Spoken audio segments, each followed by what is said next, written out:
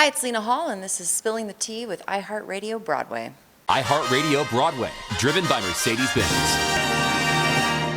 My ultimate favorite Broadway show is Hedwig and the Angry Inch for very obvious reasons, but I love the show. I think it's the most perfect show ever written. It's timeless.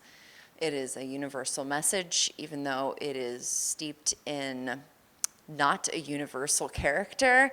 But I do believe that everyone sees themselves in this show in some way, and it is my all-time favorite show. The first Broadway show I ever saw was Cats, and it was the national touring company of Cats.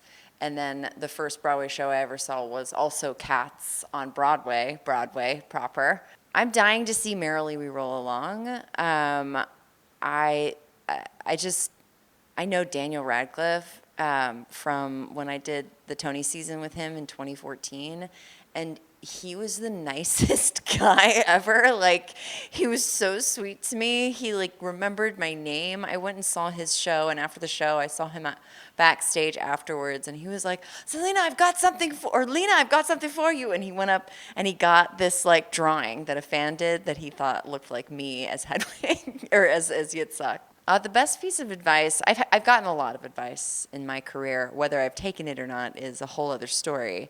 But I think the best piece of advice that I've ever gotten and that I give to people all the time is pick a lane and go down that lane hard.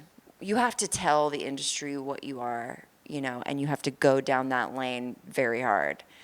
And it's helpful to define that early on in your career, or else you'll just kind of be floating around. Then later in your career, you can obviously expand, but pick a lane, go hard in that lane, and then later you can kind of adjust out. So if you want to be in musical theater and you want to do a certain type of musical theater, do that. Don't try and go expand into TV, film, yet, until you've really established yourself in this specific thing that you want to do.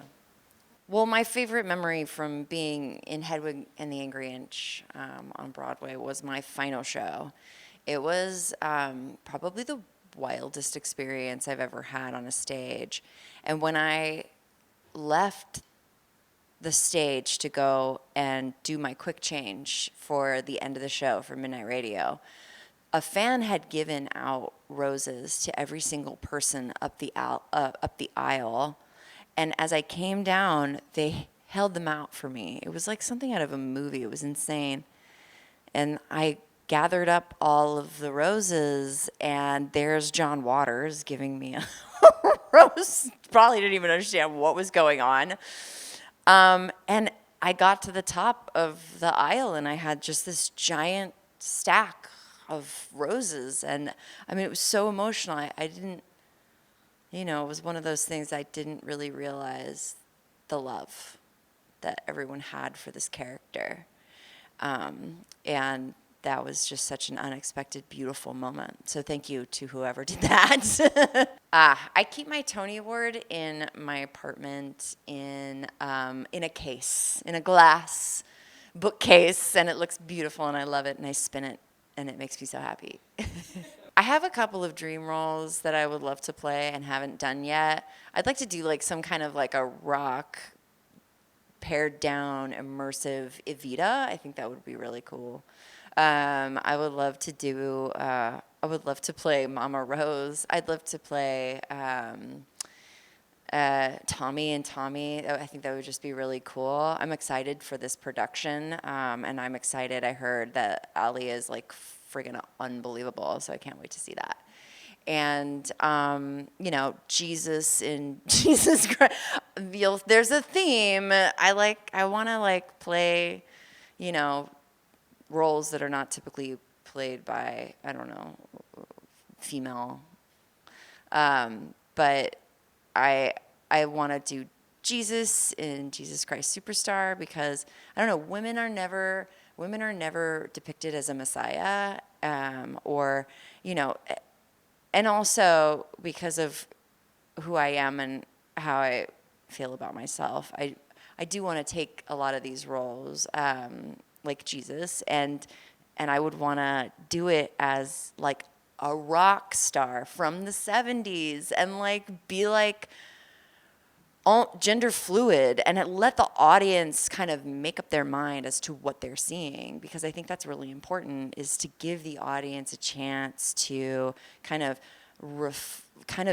it's like see what they need to see when they're seeing theater. It's like if you can be a mirror for them to see and reflect back what they need in their life, I think that's really like what theater is like all about. So for me, it's like I really want to take these typically male roles and I want to mess them up and give them a moment of question, like what am I watching? Who is that? Like, what does it mean to me? And I don't know. That's in my head, and of course that's very lofty, but who knows? Well, I don't listen to much music on repeat, but my favorite cast album to listen to on repeat was the original cast recording, the off-Broadway cast recording of Hedwig and the Angry Inch. Am I predictable? Yes.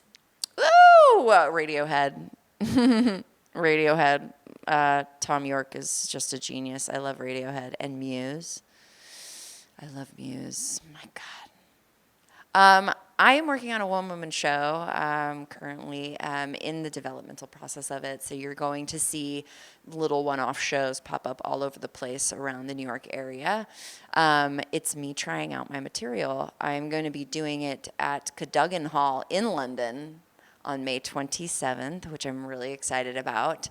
So that will be the very full version of this show that I'm working on. And basically the idea of the show is all the times I had the show must go on and had to push through either major injury, major heartbreak, all kinds of things just to keep the show going. And it's really all about that mindset and what that did to me, for me, against me, all the stories. And it's funny. It's funny. iHeartRadio Broadway, driven by Mercedes-Benz.